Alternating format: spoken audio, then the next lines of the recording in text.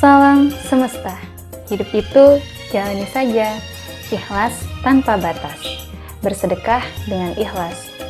Sahabat, beranikah kalian bersedekah dengan ikhlas? Kalau berani, coba tanggalkan pakaian kalian, lalu tinggalkan.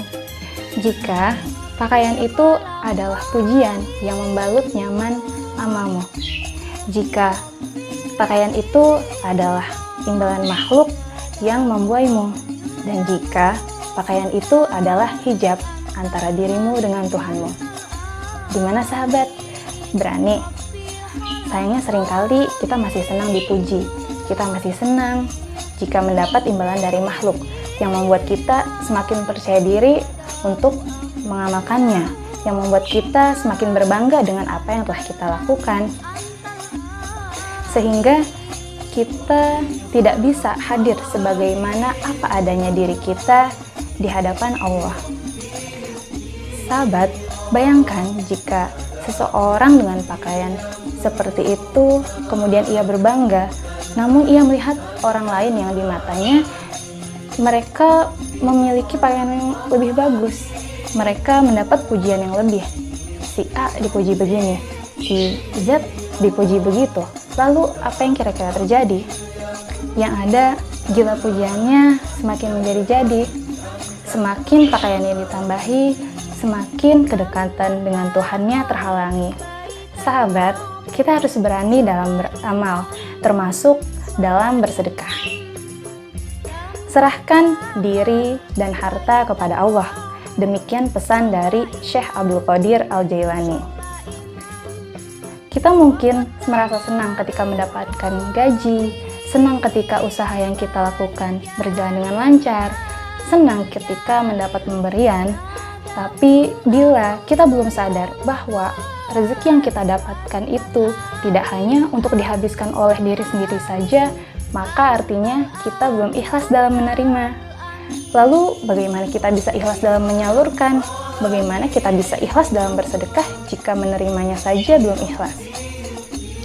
Sahabat, dalam rezeki yang kita terima itu ada hak-hak Allah dan makhluknya yang dititipkan. Kita harus memohon ampun atas dugaan terhadap harta halal yang kita peroleh. Kita boleh menikmati hasil dari apa yang kita upayakan, tapi jangan sampai kita abai untuk menyalurkan apa yang semestinya dikeluarkan, baik itu zakat, infak, atau segala bentuk sedekah. Perhatikan dan hati-hatilah, karena jika yang kita salurkan itu bukan harta halal, maka Allah akan menghukumnya. Mohonkanlah maaf semata ingin memenuhi hak-hak yang mesti dipenuhi mengenai harta halal. Juga agar Allah mengampuni segala keharaman yang pernah kita cicipi, serta memohonkan perlindungannya agar dijauhi. Sebab selain kita mengharapkan pahala kebaikan, kita juga harus merasa takut apakah amal itu akan diterima.